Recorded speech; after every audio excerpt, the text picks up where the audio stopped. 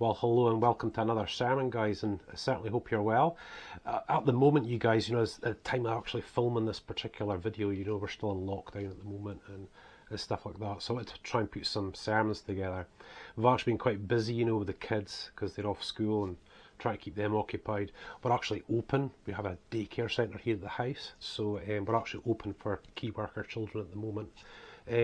So it seems busier than ever at the moment, actually, but what a strange time. So I just thought, I'm going to crack on and get some sermons done and get them shared on the online platform.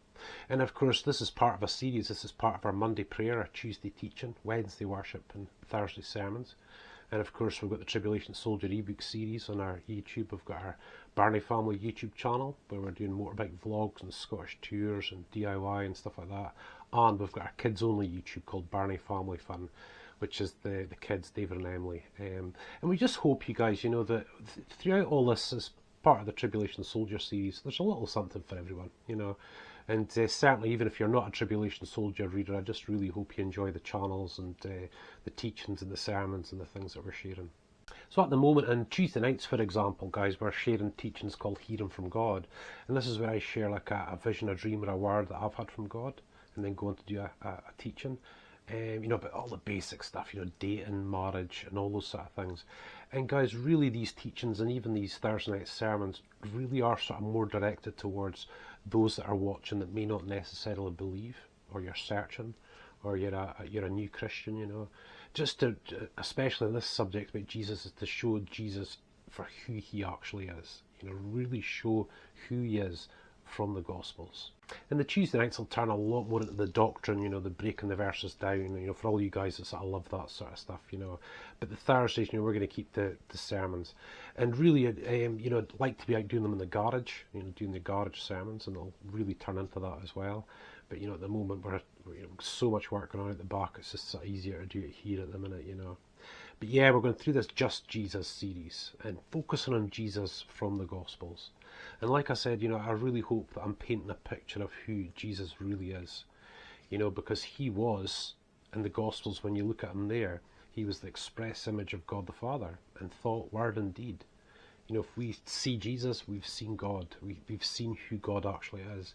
So it's important we get in there, Usually, we're in the epistles or revelations or, but you come back into the Gospels and you really lay hold of that, who he really is.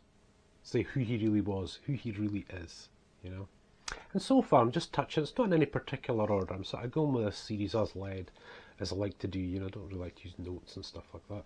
So just really going as led and picking various parts of the scriptures, just to show how Jesus reacted and interacted with the people that are around him. And that shows you the personality.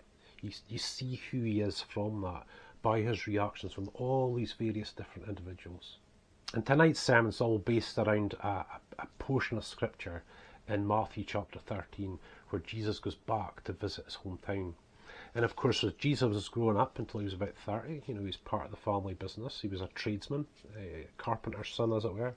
And then he began what he calls earthly ministry. It's when he took off and started doing his earthly ministry. And that only lasted about 3.5 years before he went to the cross, But during that ministry, there came this point where Jesus came back to his hometown, Nazareth. And he came in about, and he went into the synagogue, the church, and he preached and taught, and they were astonished at what he knew, the knowledge, the doctrine. It was really, really impressive. But for the people round about, this is family members as well, they were looking at him and saying, is this not the carpenter's son? It's not wee Jesus that used to live around here, Joseph's boy. And it came to the point, because this was just the way they thought, it came to this point where they're really starting to get very, very agitated. And the word actually tells us we're starting to get really offended at Jesus. And as it turns out, he had to sort of leave, basically. He did very little in the way of mighty works, the healing and all that sort of stuff. But guys, that was Jesus basically being rejected in his hometown, And probably from members of his family as well. It says in the word again, James and his brother Jude were there, and of course we know them from the New Testament. They became, titans, Christian titans, but it doesn't look as though they were at that particular point in time. Maybe they were skeptics too, but they wanted Jesus to leave. The people in Nazareth just wanted him to leave, And that was a huge, huge rejection in a lot of ways, you know. And Jesus did say, and I'm sure anyone who's maybe not even read the Bible will know, you know, that a prophet's not without honour save in his own country and in his own house. And that was just the truth. They really struggled to see Jesus now for who he was. He changed from what they'd seen before. And again, always trying to use myself as an example. Again, it's never on that type of a level, you know. But obviously being called to the ministry when I was very young, and being called to a specific ministry in 2002, you know, you go through all that training for that, and I spent 3 years as a youth pastor and about 4 years as an assistant pastor and stuff like that, you know.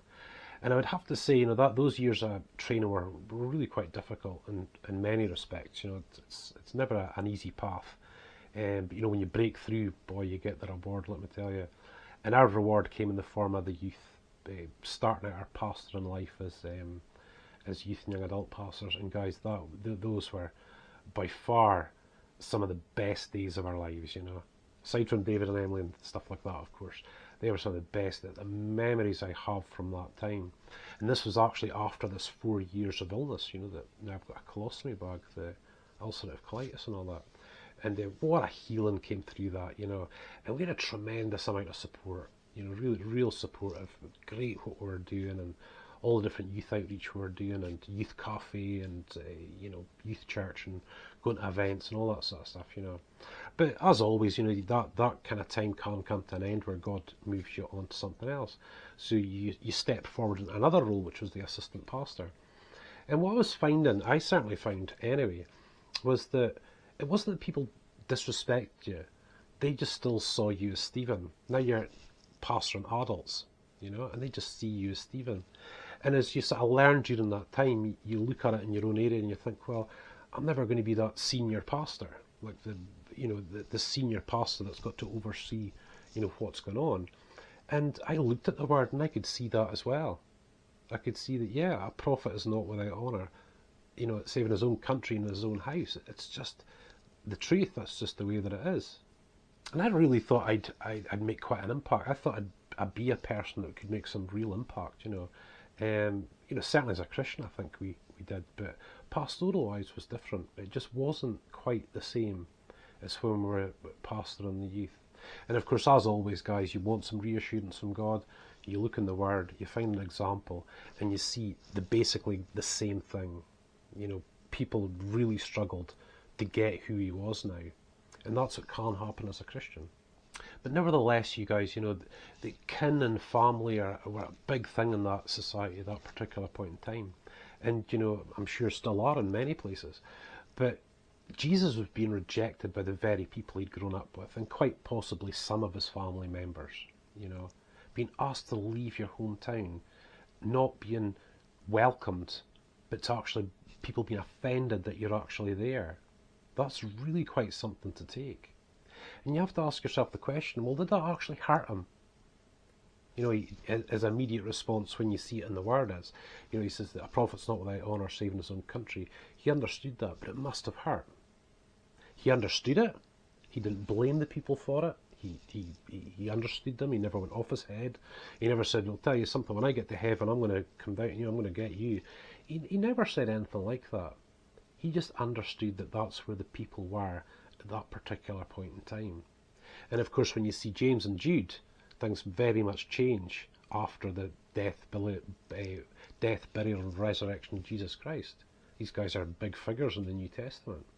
But the truth was, you guys, is that he understood. And like I keep saying, you guys, you know, when it comes to really me sharing Jesus with you during this sort of sermon series, just Jesus, is to try and show who he really is by the way he reacts to various things. Now, this is a big thing. I get it in part because of what I've seen in my own life and my own walk with God. But that was a huge, huge rejection. But he understood. And, you know, he never said, right, James, there's plans for you to write a book in the Bible and you're going to be great Christians. Right, that's not happening, I've decided. He never said that. He understood. And this is always the big thing, I think, guys, that try to push across, is just how much God understands you as an individual, you know, and me as an individual. We are all different. He does treat us all the same, but he knows we're different. He knows that. He understands that. And he gets that. Even today, you know, whatever we see Jesus do then, that is his mind now. It doesn't change. But I feel quite bad for those people in Nazareth at that particular point in time, guys, because they missed out. You know, they missed out. They couldn't see past him. Even though he'd preached these amazing messages, even though he'd done some mighty works, they just couldn't quite get it. They couldn't grab hold of it. And this is one of the most important things, guys, you know, because we so easily sort of lose sight of that. It's something we need to have as a person.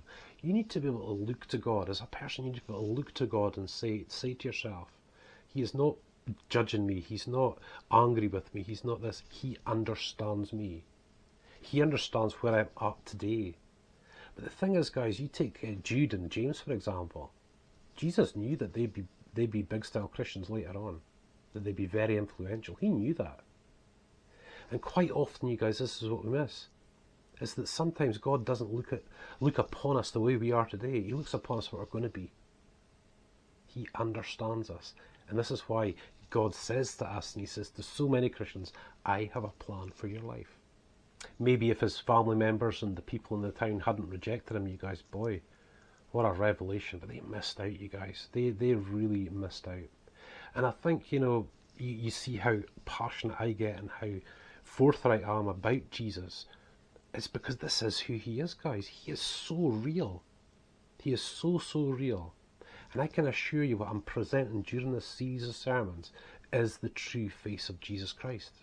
So yeah, those verses really came into focus for me, I must admit, you know, and you know, when you really started going forward as an assistant pastor and stuff. And, you know, I was never really offended by that. I understood that. You know, it was difficult for, I think, some people to see that.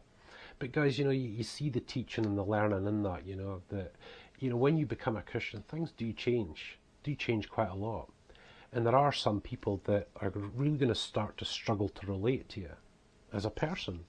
Your close friends, I'm sure most of us got close friends, would never sort of beat you out, and your family members, not quite in the way you saw it happening with Jesus there, you know. But things do change, you know. They could only see Jesus as a carpenter's son. They just couldn't see him as being Jesus Christ or this great teacher or anything like that, you know. And it's the same for a lot of people, you know, but a lot of people just, you know, when you go into the assistant pastor role, of course you're helping, of course you're doing many things and preaching and teaching and all that sort of stuff. But you can sense it, you know, you can really sense it, that people just see you for what you used to be. Yeah, but he understands, guys, you know, and he understands us, you know, especially for you Christians out there that are sort of watching that for now. Let's keep reminding ourselves, you guys, you know, that he absolutely adores us. He really does. You don't have to be like me. I don't have to be like someone else. You know, you be yourself, you know. God wants to set us free. That's what he always wants to do, you know. And if you are one who's searching at the moment, guys, again, I just hope so much that through these tremendously basic sermons that I'm sharing you guys, you know, that you're getting that little window into God to see who he truly is, the type of things he's been through, the way he reacts to situations, the way he treats the people around him, you know. Then you start to form that picture, and I want to form that picture for you if you don't have one, of this very real God.